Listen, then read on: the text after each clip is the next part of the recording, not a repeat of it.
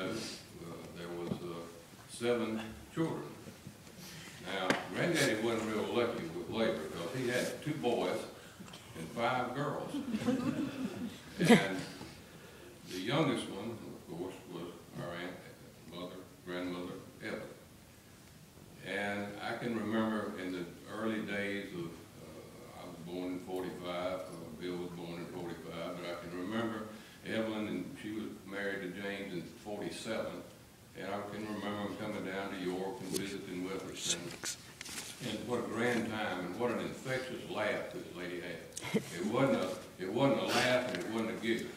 James and Jimmy and Charles have got it, but that's the only one that I've heard that can duplicate that laugh. But what a great lady, what a great lady, and such a funny person. And there was always something going on.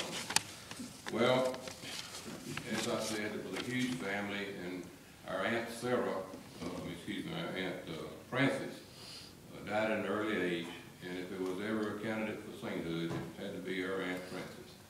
She died at the age of 50, and then along came Daddy, and then Smith, Aunt Sarah, and then little Lucille.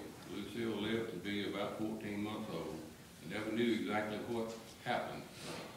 Back in those days, there was things called dysenteries, and there was consumptions and all kinds of things, and I don't know what that would equate to in today's medical technology terms, but anyway, the little girl passed away, and Evelyn never got to know little Lucille. But then came Eileen, and then of course Evelyn. So with that bit of background, I know all of us have our thoughts about Evelyn, and certainly I'm sure that Jim and Charles would appreciate anyone sharing those. Many times, as I said, she visited us in York. I spent time with them in Charlotte.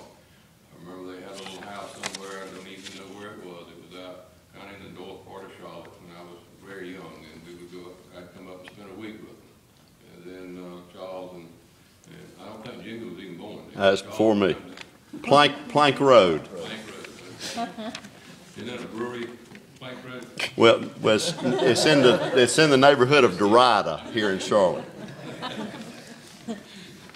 But I remember going there, and then they moved a couple more times, and Kirkwood, I think, was one location.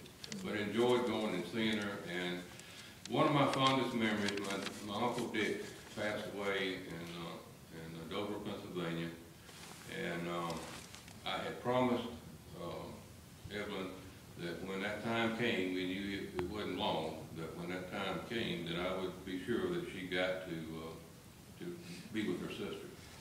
And so the word came, and I was working at the time, and I couldn't leave early, but I left about 3 o'clock in the afternoon, spent the night, we hopped a plane, flew into Harrisburg, rented a car.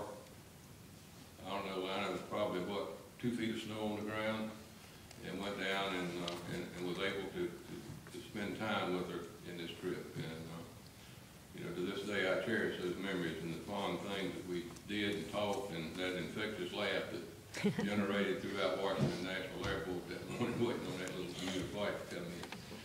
But as we continue to celebrate our life in our own minds, or those who might want to come forward and have a few words to say, I've got to think that there's a great reunion going on at this Christmas time. Oh my. And I can just picture St. Peter's having her give that laugh, and there's James and everybody waiting on her, and her can't wait to see that little sister, Lucy, that she never knew. And so with those thoughts, we've got to move on with our mourning and continue our life and living in a way that we know that would honor her. And with that, I say, she can hear well again, she can see well again, she has no pain. Rest in peace, St. Evelyn. Rest in peace. Thank you, Jim. Thank you.